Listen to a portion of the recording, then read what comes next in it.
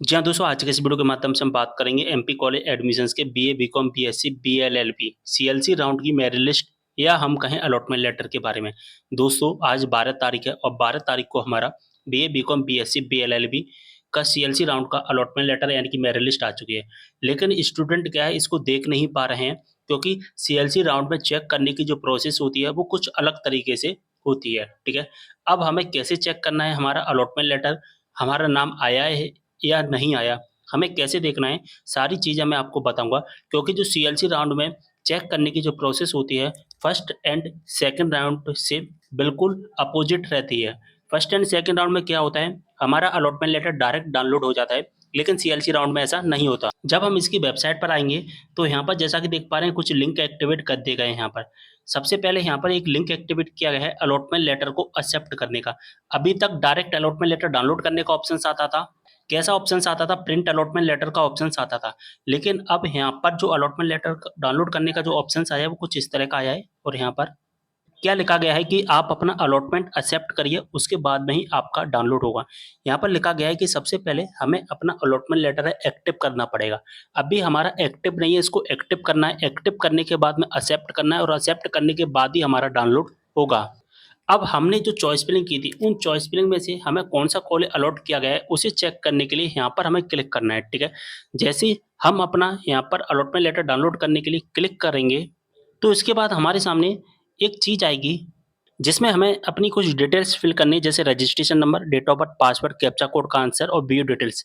इसके बाद में हमारे सामने 2 चीज़ें दिखाई देंगी।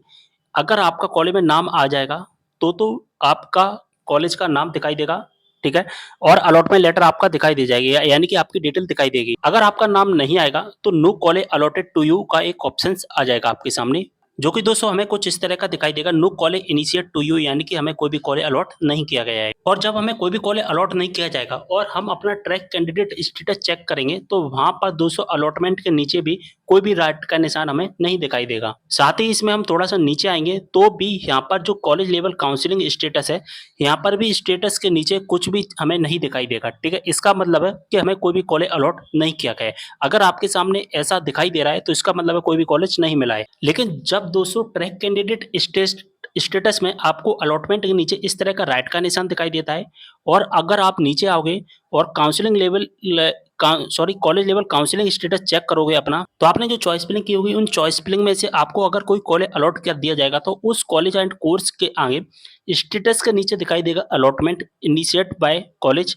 ठीक है? और अलॉटेड राउंड में दिखाई देगा कि आपका जो सीएलसी है, कौन से राउंड में अलॉट किया गया था, ये वाला कॉलेज। ये सारी चीज़ें हमें दिखाई देगी। अगर ये चीज़ें नहीं लिखी हैं, तो इसका मतलब है कोई भी कॉलेज नहीं मिला है। अगर ऐसा हमें दिखाई दे रहा है, तो इसका मतलब हमें ये कॉलेज अलॉट किया गया है और इस वाले कोर्स का अलॉट किया गया है। अब हमें क्या करना है, अपना अलॉटमेंट लेटर डाउनलोड करना पड़ेगा और जैसे ही अपना अलॉटमेंट लेटर डाउनलोड कर लोगे, तो फिर क्या होगा, स्टेटस के नीचे क्या दिखाई देगा, अलॉटमेंट एक्सेप्टेड यानी कि हमने अपना अलॉटमेंट लेटर है, उसको एक्सेप्ट कर लिया है, ठीक है? ये चीज़ हमें दिखाई देती है जैसा कि यहाँ पर आप देख भी पा रहे हैं। अगर एक्सेप्ट कर लेंगे तो इस तरह का दिखाई देगा, अगर हम एक्सेप्ट नहीं करेंगे तो हमें किस तरह का दिखाई देने वाला है, कुछ इस तरह का जैसा कि देख पा रहे हैं, अलॉटमेंट इनिशिएट बाय कॉलेज इस तरह का हमें दिखाई देगा। अगर हमारा नाम आ रहा है, तो हमें अब अपना अलॉटमेंट लेटर को एक्टिव करना है। अब हम एक्टिव कैसे करेंगे वो समझेंगे चीज़ों को। यहाँ पर हम अपनी डिटेल्स फिल करेंगे, व्यू डिटेल्स पर हम क्लिक करेंगे, अगर हमारा नाम आ जाएगा, तो हमारे सामने हमारा अलॉटमेंट लेटर डाउनलोड होकर आ जाएगा और कुछ इस तरह का हमें दिखाई देगा जैसा कि देख पा रहे हैं, ठीक है? यहाँ पर सबसे पहले हमारी पर्सनल डिटेल दिखाई देगी, जैसा कि देख पा रहे हैं पर्सनल डिटेल को मैंने ब्लर कर दिया हुआ है, हाइड कर दिया हुआ है प्राइवेसी की वजह से, ठीक है? इसके बाद में हम नीचे आएँगे, तो हमें दिखाई देगा अलॉटेड कॉलेज लिस्ट यानी कि हमें कौन-सा कॉलेज अलॉट किया गया है, वो हमें दिखाई देगा। अब दोस्तों यहाँ पर आपको 1 कॉलेज भी दिखाई दे सकता है, यहाँ पर 2 कॉलेज भी दिखाई दे सकते हैं। जो अब आप अपना कॉलेज लेवल काउंसलिंग का स्टेटस देख रहे थे ना, स्टेटस वाले सेक्शन में, अगर एक कॉलेज के आगे इनिशिएट बाय कॉलेज लिखा है, तो एक ही कॉलेज मिला है, अगर 2 के आगे में लिखा होगा इनिशिएट बाय कॉलेज, तो फिर 2 कॉलेज अलॉट किए गए होंगे।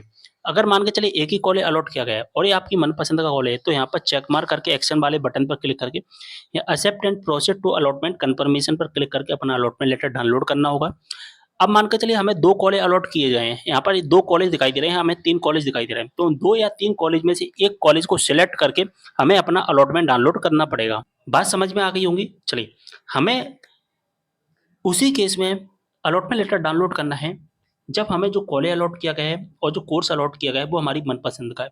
अगर मनपसंद का नहीं है तो अलॉटमेंट लेटर को डाउनलोड नहीं करना, क्योंकि अगर आप डाउनलोड कर लोगे तो इसके बाद चेंज नहीं होगा, ठीक है। यहाँ पर नीचे दर्शाई गई महाविद्यालय में पाठ्यक्रम की सूची में से प्रवेश लेने के लिए किसी एक महाविद्यालय में पाठ्यक्रम का चयन करना है। एक बार महाविद्यालय एवं पाठ्यक्रम का चयन करके आवंटन पत्र प्राप्त करने के पश्चात महाविद्यालय में पाठ्यक्रम में किसी भी प्रकार का संशोधन नहीं होगा। अतः महाविद्यालय में पाठ्यक्रम का चयन सावधानी पूर्वक करें। बात समझ में आ गई? तो हमें जो भी करना है वो सावधानी पूर्वक हमें करना पड़ेगा, ठीक है। तो एक जो भी कॉलेज दिखाई दे रहा है इस पर चेक मार्क करना, accept and proceed to allotment confirmation पर क्लिक कर देना।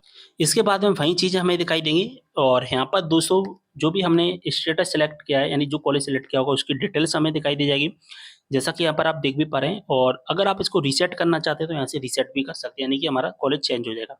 अगर आपको इसमें एडमिशन ही लेना है तो यहाँ पर चेक मार्क कर देना। चेक मार्क करने के बाद में अब हमें अपना अलॉटमेंट लेटर डाउनलोड करना है। Accept and allotment and proceed to print CLC allotment letter पर क्लिक करना। इसके बाद में होगा क्या कि दोस्तों हमारा अलॉटमेंट लेटर कुछ इस तरह से डाउनलोड हो जाएगा, जैसा कि यहाँ पर आप देख पा रहे हैं। कॉलेज लेवल काउंसलिंग का हमने अलॉटमेंट लेटर डाउनलोड कर लिया है। जो भी हमने जिस कोर्स के लिए किया होगा वो कोर्स की डिटेल दिखाई दी जाएगी, किस कोर्स के लिए वो किया है वो चीज़ें हमें दिखाई दी जाएंगी, ठीक है। यहाँ से हमने अलॉटमेंट लेटर को डाउनलोड कर लिया है। अब इसका प्रिंट आउट निकाल लेना। प्रिंट आउट निकालने के बाद में आपको अपनी फीस भरनी है, ठीक है। लेकिन फीस भरने से पहले एक चीज़ समझना, अगर आपने अलॉटमेंट लेटर डाउनलोड कर लिया लेकिन आप उसका प्रिंट आउट नहीं निकाल पाए थे, तो सेकंड वाली लिंक से आप इसका रीप्रिंट अलॉटमेंट लेटर वाली लिंक पर क्लिक करके इसका फिर से प्रिंट आउट निकाल सकते हैं, यानी कि आप अपना अलॉटमेंट लेटर को फिर से देख सकते हैं। बात समझ में आ गई? चलिए आगे बढ़ते हैं। इसके बाद में जैसे ही हम अपना अलॉटमेंट लेटर डाउनलोड कर लेंगे ना, तो डाउनलोड करने के बाद में अब हमें अपनी फीस भरनी होती है, ठीक है। बात समझ में आई? तो फीस भरने के लिए हमें कौन सी लिंक का यूज करना है, तो थर्ड नंबर पे एक लिंक दिखाई दे रहा है, CLC 1 एडमिशन फीस सबमिट। तो इस वाली लिंक से पर क्लिक करके आप अपनी फीस सबमिट कर देना। फीस कितनी सबमिट होगी वो भी मैं आपको बताता हूँ। अगर आपके कॉलेज की फीस 5,000 रुपये से ज़्यादा होती है, मान के चलिए 6,000, 7,000, 8,000 फीस होती है, तो हमें केवल और केवल 5,000 रुपये तक ही भरना है। बाकी की जो शेष फीस होगी जब हमारे कॉलेज ओपन हो जाएंगे तब हमें फीस सबमिट करनी पड़ेगी। लेकिन अगर आपके कॉलेज की फीस 5,000 या 5,000 रुपये से कम होती है तो फिर हमें पूरी की पूरी फीस एक बार में ही भरनी पड़ेगी, ठीक है। जब आप पूरी फीस एक बार में भर दोगे तो फिर आपको बाद में फीस देने की ज़रूरत नहीं पड़ेगी। फीस कैसे भरना है? फीस भरने का मैं फर्स्ट राउंड में वीडियो बना चुका हूँ, उस वीडियो को देख लेना। उस वीडियो में मैंने क्लियर बताया कि कैसे हमें अपनी फीस को सबमिट करना होता है, क्योंकि हमें अपने वहाँ पर मेजर सब्जेक्ट सेलेक्ट करने होते हैं, माइनर, ओपन इलेक्टिव, वोकेशनल। उन चीज़ों को मैंने सेलेक्ट करना आपको समझाया है। साथ ही प्रोजेक्ट इंटर्नशिप में से क्या सेलेक्ट करना है वो भी चीज़ें मैंने आपको बताई है। साथ ही स्कीम का लाभ हमें कैसे लेना होता है वो भी मैंने उस वीडियो में बताया है। तो लिंक आपको डिस्क्रिप्शन बॉक्स में मिल जाएगा, यूट्यूब पर सर्च करोगे तो आपको सबसे पहले हमारा वीडियो मिल जाएगा, उस वीडियो को आप देख लेना, ठीक है। बात समझ में आ गई? चलिए। और दोस्तों जैसे ही हम अपना अलॉटमेंट लेटर डाउनलोड कर लेंगे तो यहाँ पर दिखाई दे जाएगा हमें कि अलॉटमेंट एक्सेप्टेड, यानी कि हमने अपना अलॉटमेंट को एक्सेप्ट कर लिया है। बात समझ में आ गई? ठीक है। अगर आपको कोई कॉलेज नहीं मिलेगा तो no college initiate to you दिखाई देगा, ठीक है। बात समझ में आ गई? और जब हम स्टेटस देखेंगे तो स्टेटस में भी हमें अलॉटमेंट के नीचे क्रॉस का निशान हमें दिखाई देगा, जैसा कि देख पा रहे हैं, ठीक है। और नीचे भी हमें कुछ भी चीज़ें नहीं दिखाई देंगी, ठीक है। तो मैंने इस वीडियो में आपको सब कुछ समझाया है कि हमें अपना अलॉटमेंट लेटर कैसे डाउनलोड करना है, मेरिट लिस्ट कैसे देखनी है, अलॉटमेंट लेटर कैसे डाउनलोड करना है, सारी चीज़ें मैंने आपको इस वीडियो के माध्यम से समझा दी है। तो वीडियो को शेयर कर देना है ज़्यादा से ज़्यादा, क्योंकि ये बहुत ज़्यादा इंपॉर्टेंट वीडियो है। CLC राउंड में जो अलॉटमेंट लेटर डाउनलोड करने की जो प्रोसेस होती है वो कुछ अलग होती है। इसलिए इस वीडियो को ज़्यादा से ज़्यादा लोगों के साथ में शेयर करना है, जिससे कोई भी स्टूडेंट को कोई भी डाउट ना रहे। तो वीडियो को शेयर कर देना। मिलते हैं अगले वीडियो में एक और जानकारी के साथ, तब तक के लिए बाय।